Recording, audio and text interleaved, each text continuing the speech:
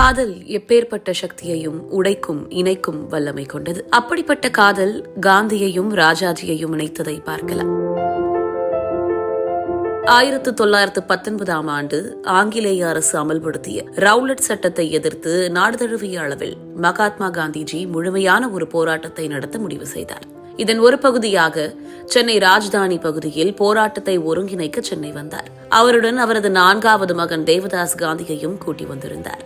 இந்த பயணத்தின் போது சென்னையில் ராஜாஜியின் விருந்தினராக காந்தி தங்கியிருந்தார். இந்த சமயத்தில் தான் போராட்டத்தின் வியூகங்கள் வகுக்கப்பட்டன. காந்தி டெல்லி திரும்பிய போது அவருடன் அவரது மகன் தேவதாஸ் காந்தி செல்லவில்லை. அவர் சென்னையிலேயே தங்கினார்.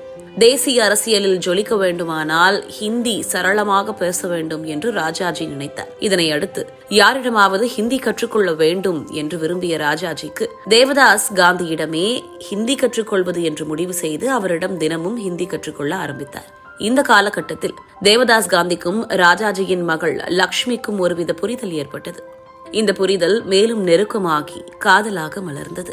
காதலை இருவரும் தங்கள் வீட்டில் தெரிவித்தனர். இதை கேட்டு காந்தியும் ராஜாஜியும் அதிர்ச்சியடைந்தனர். மேலும் இந்த காதலுக்கு காந்தியடிகள் உடனடியாக சம்மதம் தெரிவிக்கவில்லை, எதிர்ப்பும் தெரிவிக்கவில்லை. இந்த காதலால் தங்கள் நட்புக்குள் விரிசல் வந்து விடுமோ என்று நினைத்த காந்தி காதலர்களுக்கு ஒரு சோதனை வைத்தார். அந்த சோதனை என்னவென்றால், 5 வருடங்கள் நீங்கள் இருவரும் சந்திக்க கூடாது, கடிதம் எழுதிக் கொள்ளக் கூடாது. அதன் பிறகு நீங்கள் இருவரும் காதலில் இதே உறுதியுடன் இருந்தால் உங்களது கல்யாணத்தை நானே நடத்தி வைக்கிறேன் என்றார். காந்தியின் இந்த சோதனையை இருவரும் ஏற்றுக்கொண்டனர்.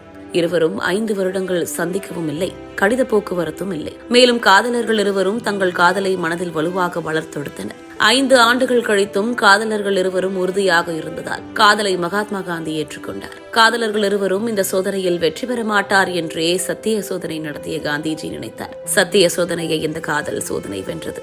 இதனை அடுத்து இருவருக்கும் காந்திஜி 1933 ஜூன் 16ஆம் தேதி புனேவில் எளிய முறையில் திருமணம் செய்து வைத்தார். மணமக்கள் மாலைகளுக்கு பதிலாக நூல் மாலைகளை மாற்றிக்கொண்டனர். திருமணத்தில் கூட்டம் அதிகம் இருக்கக்கூடாது என்பதற்காக தன்னுடன் ஆசிரமத்தில் உதவிக்கு இருந்தவர்களே காந்திஜி அன்று வீட்டுக்கு அனுப்பினார். தனக்கு நெருங்கியவர்களுக்கு கூட தகவல் சொல்லாத போதும் சீனிவாச சாஸ்திரி, தொழிலதிபர் GT பிர்லா உள்ளிட்ட சிலர் வந்திருந்தனர். பரிசு எதையும் வழங்கக்கூடாது என கராராக கூறினார் காந்தி. எல்லோரும் அதை ஏற்றனர். பிர்லா மட்டும் வற்புறுத்தவே அவர் அளித்த 4 பட்டுப்புடவைகளில் சாதாரணமான ஒன்றை ஏற்றுக்கொண்டார் காந்தி. தம்பதிகளுக்கு தன் கையால் நெய்த நூல் மாலையையும் பகவத்கீதை புத்தகம் ஒன்றையும் காந்திஜி பரிசளித்தார். தன்னுடைய வாழ்க்கையை ஒரு சோதனை களமாக்கிய மகாத்மா மகனின் காதலையும் சோதனைக்கு உட்படுத்தி வெற்றியையும் கண்டார்.